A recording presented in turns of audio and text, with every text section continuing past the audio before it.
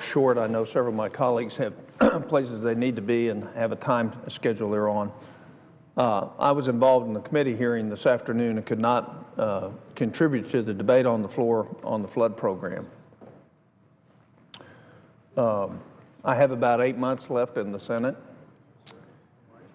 and I just want to remind us of what we've just done. We've solved a very short-term problem and made a long-term problem significantly worse.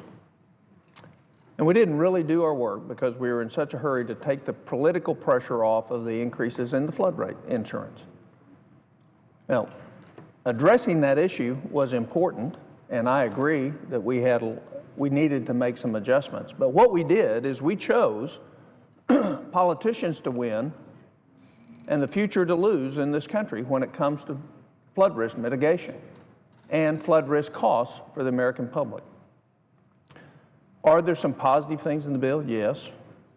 But what we did once again in this country is we put our political positions ahead of the best interests of this country. The Biggert-Waters bill was a great reform bill. And what happened is when we passed it, we didn't recognize the tremendous rate increases that many people would have.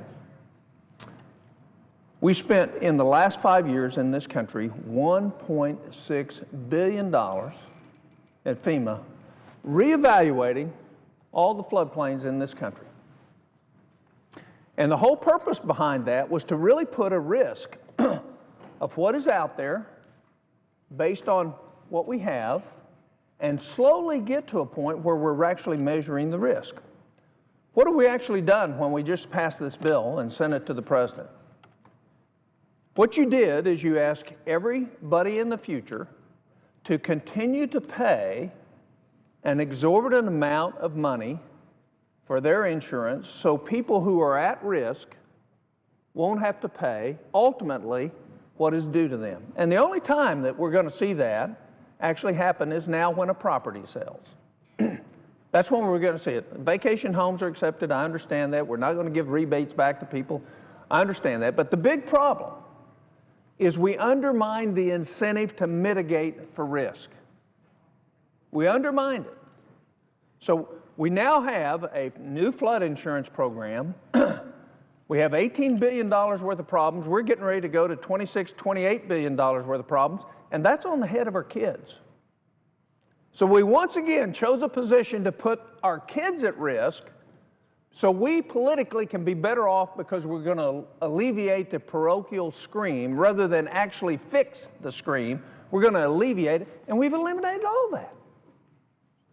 So my disappointment is not that we respond to parochial requests, is that we didn't do the hard work of actually still fixing the problem and address some of the parochial problems and anecdotal notes of massive increases in flood insurance. And we could have done both, but we chose not to.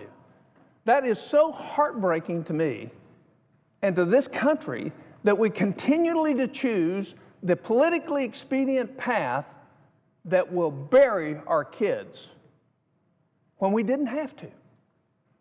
And that's a function of a lack of real leadership of solving the real problems rather than treating the symptoms of the problem, which is what we did. We wasted $1.6 billion now, essentially. We might recover it 30 years from now. But the flood insurance program is now not in any better shape and won't be in any better shape 20 years from now than it is today. So I hope we're happy that we've solved the parochial problems. But when you go to sleep tonight, think about who's going to pay that bill. And it isn't the people that are getting the benefit from the very large subsidized flood insurance. It's the kids of this country. And what isn't going to be provided for them, it's those on the really low rung of ladder economically that we're not going to have the finances to actually care for those that need the care the most from us, but really the well-heeled, or the more well-heeled, and the more well-connected, they won again.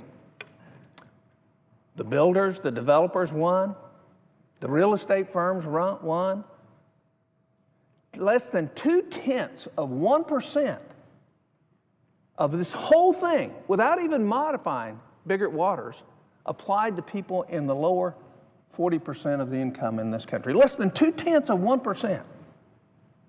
70% applied to the top 20% of the people in this country. So we gave a break to the best well-off, most well-off people in this country. Those are the numbers. You can't dispute those numbers. So because they scream and don't want to pay their fair share, we've now damaged the future potential for our children. So I'd say congratulations. We continue to do the same thing, and no wonder the American people say, what's up with Congress? They don't have the courage to make a difficult, tough decision. What they do is they always make the politically expedient one. That's exactly what we did today. That's exactly what the House did today. To me, it is sickening. I yield the floor.